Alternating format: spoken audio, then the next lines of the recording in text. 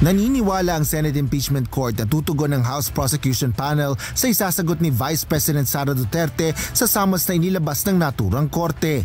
Ito ay sa gitna ng hindi pa rin pagsusumite ng Kamara ng mga hinihinging impormasyon ng Impeachment Court mahigit isang linggo na ang nakalilipas.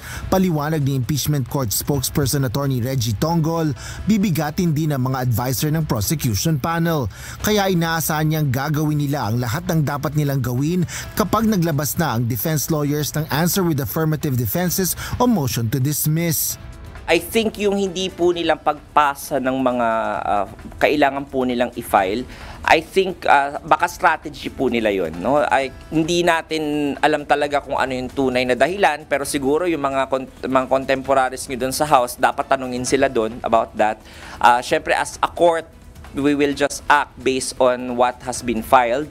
Sa kabila nito, sinabi ng tagapagsalita ng impeachment court na nasa lower chamber pa rin kung magko-comply ang mga ito sa pinag-uutos ng impeachment court.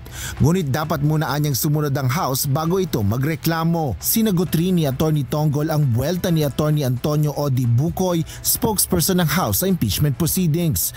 Partikular ito sa sinabi ni Bukoy na ikakahiya ng mga bagong hanay ng mga senador sa 20th Congress ang ginagawa ng mga kasalukuyang Senator Judge.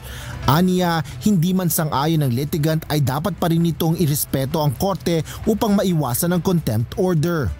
So ano po motibo nila by criticizing the court?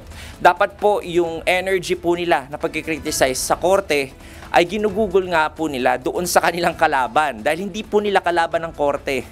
Ang kalaban po nila ay yung kabilang party, yung defense po. So sabi nga po, formidable yung at mga respetableng mga abogado po yung nasa defense team. So paghandaan na lamang po nila. At yun yung awayin po nila at wag po yung impeachment court. Asher Cadapan Jr., UNTV News and Rescue. Diyos ang aming sandigan, serbisyo publiko ang aming pinahalagahan.